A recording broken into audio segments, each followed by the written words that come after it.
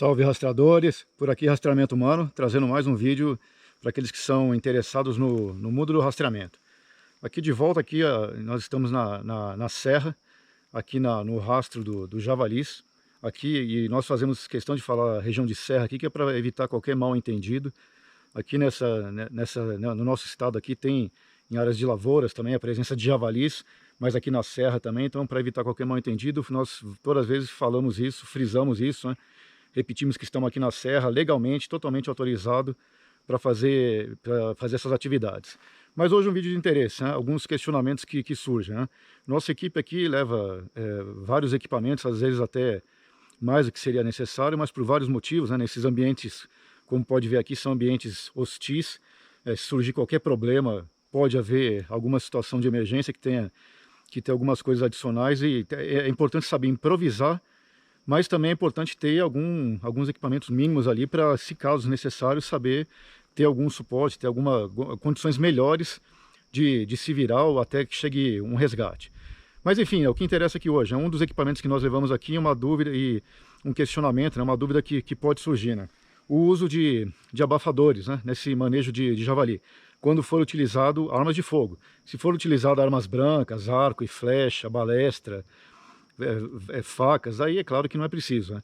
Mas o uso de abafadores, né, nessas incursões de manejo de javali, deve-se ou não deve utilizar? Bom, isso é de cada um, né? Cada um sabe de si, cada um utiliza os meios que se sente mais confortável para fazer essas atividades.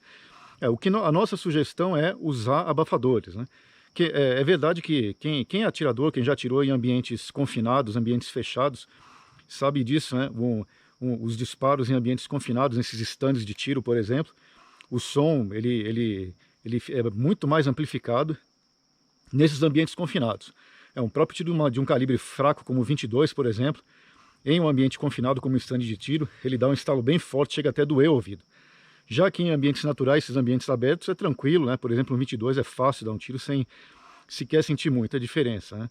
Mas em todo caso, né, seja lá qual for o disparo, né, em ambientes abertos certamente o som se dissipa com mais facilidade e portanto, aquela sensação de dor ou de impacto no ouvido é muito menor. Mas a questão é, pelo menos para nós, né, a longo prazo, se a pessoa vai se dedicar a isso se pretende, ou vem fazendo isso já há muito tempo, essas atividades de manejo, por exemplo, em ambientes naturais, a preocupação é que a falta do uso desses abafadores e o uso constante de ficar perto, ou mesmo a pessoa própria fazer o disparo da arma de fogo, ou parceiros de equipe fazendo os disparos da arma de fogo, isso com o tempo pode acabar trazendo alguns problemas para o ouvido da pessoa.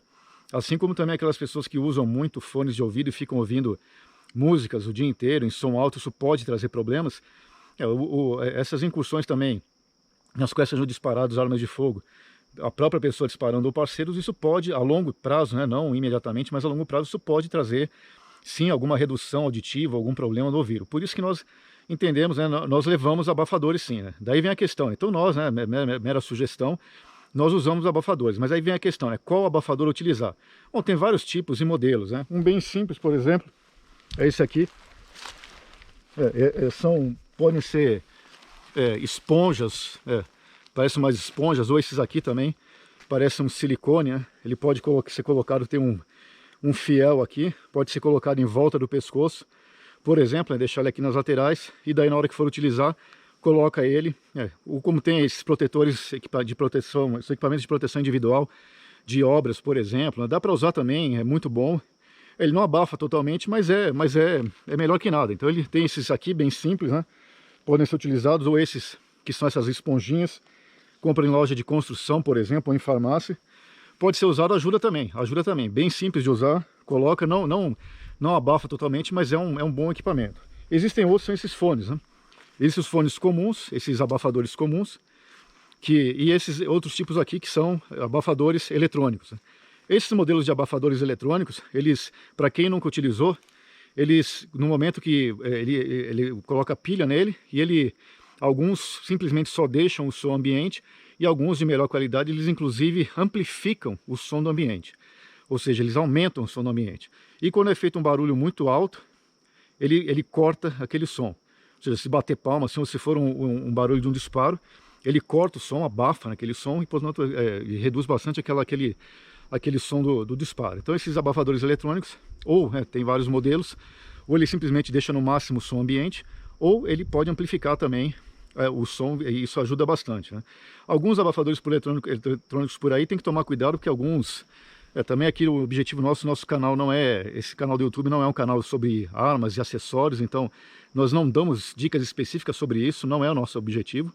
Mas tomar cuidado que tem alguns abafadores por aí, de duvidosa origem, que geram interferência, não dão um som bom, ou retardam muito o som, então fica a dica aí, tomar cuidado se for pegar um eletrônico, né? O eletrônico é bom porque, especialmente aqueles que amplificam, e se tiver numa incursão, por exemplo, tendo que fazer um ponto de espera, uma aproximação que exige uma aproximação bem devagar, um abafador eletrônico desse, ele ajuda bastante, ele amplifica o som e ajuda inclusive a detectar a presença de outros animais, de sons naquela região. Mas tem limitações também, né? Se o ambiente estiver ventando muito, se estiver chovendo, ou se estiver próximo de um curso de água, não dá para usar o abafador eletrônico com a função eletrônica ligada, porque ele vai amplificar aquele som e vai desorientar, vai ficar ruim inclusive. Então se estiver ventando muito, chovendo, perto de curso d'água, se tiver o abafador eletrônico, tem que desligar ele, para não ficar ouvindo também, ficar inclusive desorientado.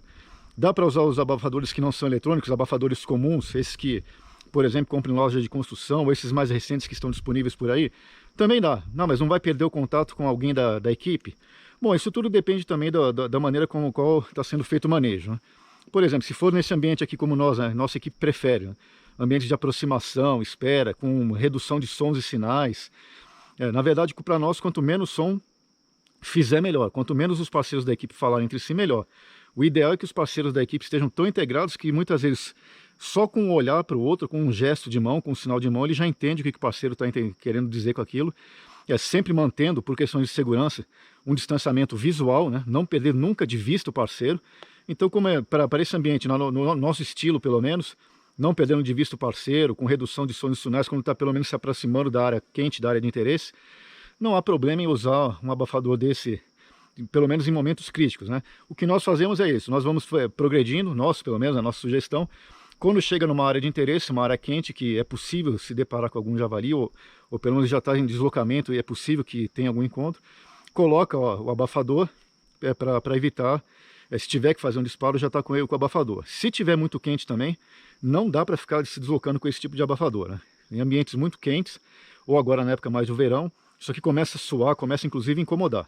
Então, se for um ambiente mais quente, vai ter que fazer pontos de espera ou fazer deslocamentos curtos, senão vai começar a esquentar muito. Se for no inverno, tiver bem frio, daí é inclusive bom, né? Porque ele ajuda a aquecer, inclusive. A cabeça é um lugar que a gente perde muito mais calor. O abafador, inclusive, ajuda a manter a temperatura, evitar que fique batendo vento no ouvido. Então, o abafador pode ser utilizado. O problema é que isso aqui vicia, né? Esse abafador eletrônico vicia, assim como o GPS. O GPS é muito bom também para marcar a trilha, para ajudar no deslocamento, para liberar a atenção do rastreador para o ambiente todo, nunca perdendo, claro, sempre tendo como referência pontos de interesse no ambiente para marcar, para não, se por acaso o GPS der problema, ter condições de também retornar. Mas o GPS é uma ferramenta muito útil, facilita muito, mas ele vicia, né? Vicia que você acaba confiando no GPS, porque ele ajuda muito, libera a sua atenção para ficar mais atento a tudo que está acontecendo no ambiente. O abafador eletrônico também, ele pode viciar porque é bom dependendo da maneira como for utilizado, né?